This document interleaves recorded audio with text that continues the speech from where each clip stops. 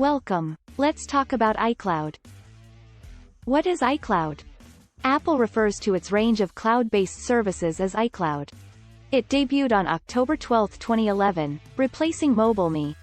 iCloud services include syncing email, contacts, and calendars, finding lost Apple devices, and cloud music storage, iTunes Match.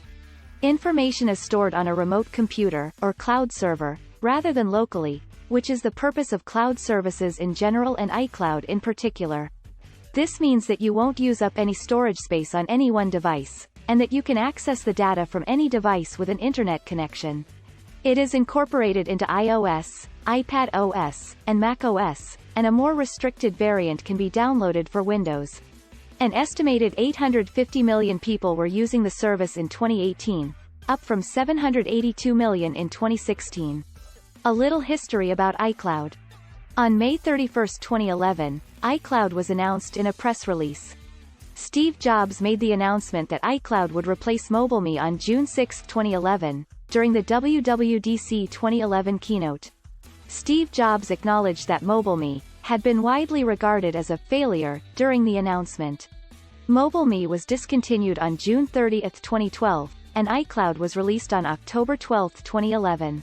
Previous MobileMe users could use their new @iCloud.com email address as an alias for their existing @mac.com and @me.com addresses. Within less than a week of its introduction, iCloud had 20 million users. It was initially criticized for bugs, particularly with core data synchronization. iOS 7 and OS X Mavericks addressed these issues.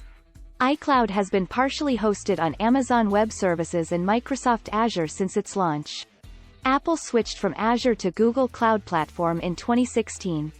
The information reported in 2021 that Apple was planning to spend $300 million that year and was storing 8 million terabytes of data on Google's cloud. Apple likewise worked on its own server farms in North Carolina. Through the Microsoft Store, iCloud was made available for Windows 10 in June 2019. Apple introduced iCloud Plus in June 2021, offering paid customers Private Relay, Hide My Email, and custom email domains. In addition to an unlimited storage limit for video from HomeKit's secure video integrated cameras. Apple settled a class action lawsuit in March 2022, claiming that it had misled customers by storing data on servers that weren't Apple's. Some things you do with iCloud? Some of iCloud's features can be accessed on iCloud.com, as well as through apps included in macOS, iOS, and iPadOS. Additionally, iCloud syncs user data and settings as a backend in many Apple applications and system features. Some of these features include 1. Backup and restore. On iOS devices running iOS 5 or later, users can back up their settings and data using iCloud.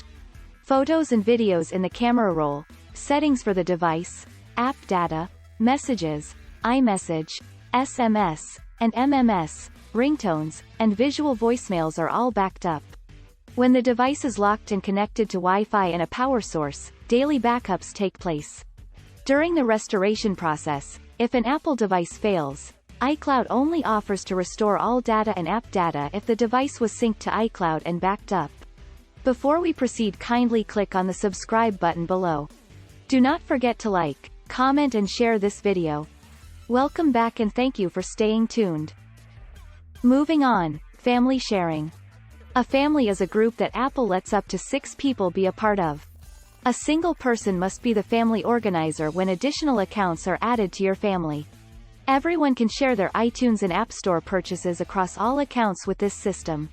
Data is synced across all accounts via iCloud, and additional features are added. A family gets its own isolated storage area when they use shared iCloud storage. iCloud files can only be viewed by the person storing them, not even the organizer. The same is true for family-owned iCloud photos. Data is synced through iCloud by other family sharing services like Screen Time and location sharing. In family sharing, all data is encrypted and accessible only to the family organizer and the data producers. 2. Find My. Find My is an app and service that combines some of the frequently utilized location-based services that are made available by the power of iCloud. It was previously known as Find My Friends and Find My iPhone, and it was later renamed Find My. The app basically lets users find friends and other Apple devices on a map. It primarily operates in 3 areas: items, people, and devices. People monitor anyone who is currently sharing their location with you. In iMessage, family and friends can freely share locations. Users can easily track the location of their iOS device or Mac with the help of Find My iPhone, which was previously part of MobileMe. A user can remotely erase the contents of the device, change the device's password, view the device's approximate location on a map, display a message, or play a sound on the device, even if it is set to silent, and change the device's password. On June 10, 2009, this feature was first made public, and it was made available to paying MobileMe users in the iOS 3.0 software update. On November 22, 2010, the iOS 4.2.1 software update included a free version of this feature, but it was only available for devices released in 2010. 3. iCloud Keychain. Apple created iCloud Keychain, a password manager that syncs passwords across device, and suggests safe ones for new accounts. In contrast to standard iCloud backups, iCloud Keychain backups offer distinct security guarantees. This is because iCloud Keychain uses end-to-end encryption, which means that the provider cannot access unencrypted data in iCloud Keychain backups. A novel, Key Vault, design based on a hardware security module in Apple's data centers is used to accomplish this. 4. Photo Stream. The basic iCloud service includes a service called PhotoStream, which lets users store their most recent 1,000 photos on iCloud servers for up to 30 days for free. When PhotoStream is enabled on a device, photos are automatically uploaded to iCloud servers. The rest of the user's PhotoStream-enabled devices can then view and save it from there. After 30 days, or when it becomes photo number 1001 in the user's stream, the photo is deleted from the server by default. When PhotoStream is installed on a Windows or Mac desktop computer, you can choose to have all of your photos saved permanently there. Apple TV can also incorporate this feature. 5. iCloud Drive. The iCloud Drive file hosting service syncs files between devices. It lets users access any file on any device, including music, documents, photos, videos, and the data of other apps. iCloud can also be used to store files that aren't related to apps in the cloud, just like Google Drive or Dropbox.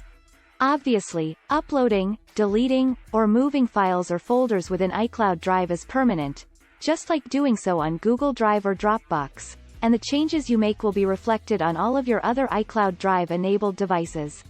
Whether you need to quickly upload the most recent song demo you made in Logic Pro, or keep a copy of the photos you took with your DSLR, iCloud Drive will safely store those files in iCloud, assuming you have enough storage, of course.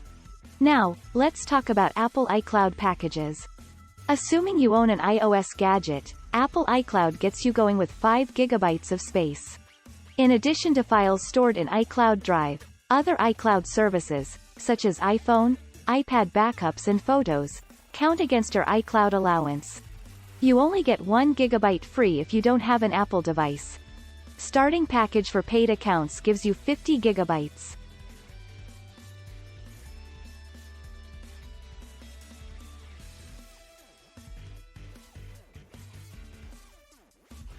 Signing up for an Apple One plan is a more recent means of making a purchase.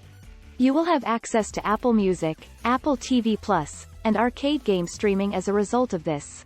The individual plan includes those services, 50 GB of iCloud storage and for a single user. The family plan has 200 GB of storage for up to 5 users. Access to Apple News Plus and Fitness Plus are included in the Premier plan, which provides 2 TB of storage. How secure is iCloud? Is it really safe? Overall, iCloud is generally safe. It safeguards data processing from beginning to end and makes use of high-quality encryption protocols. Apple is also committed to protecting users' privacy, regardless of where they live. Encryption protocols in the iCloud are excellent and extremely transparent. All data on the platform is encrypted from storage to transit using end-to-end encryption. Apple requires all third parties to adhere to a stringent safety standard, even when it is stored on their databases. At least 128-bit AES encryption protects the majority of the data that is stored on the iCloud. This includes backups, calendars, contacts, photos, reminders, and short memos, among other things, all of which are stored using extremely robust encryption. Your session is also encrypted using TLS 1.2 whenever you access the iCloud.com domain. Apple is known for its commitment to data security and privacy. However, this does not imply that the moment you register your Apple ID, an individual account is completely secure. To make your iCloud more secure, you can enable a number of excellent security options. The conspiracy about iCloud. In August 2014, it was rumored that an exploit for the Find My iPhone service had been discovered by hackers. This exploit could have allowed an attacker to brute force a user's Apple ID and gain access to their iCloud data. Later, it was wrongly said that the exploit was used in an August 2014 leak of a lot of celebrities' private nude photos that had been synchronized from their iPhone to their iCloud storage. Apple confirmed that it was conducting an investigation into the leak in collaboration with law enforcement agencies. After that, Apple said that the leaks were caused by a very targeted phishing attack against celebrities and denied that the iCloud service or the alleged exploit were to blame. On September 13, 2014, Tim Cook, while being consulted by Charlie Rose, expressed on camera that the leaks were not an iCloud exploit by any stretch of the imagination. But instead the superstars had been phished by extremely designated phishing to deceive them out of their login qualifications. What do you think about the iCloud features we reviewed? Are there other important features we omitted? Let's read your thoughts in the comments section below. Thanks for watching. Kindly subscribe to our channel, turn on the notification so you get notified when we post a new video.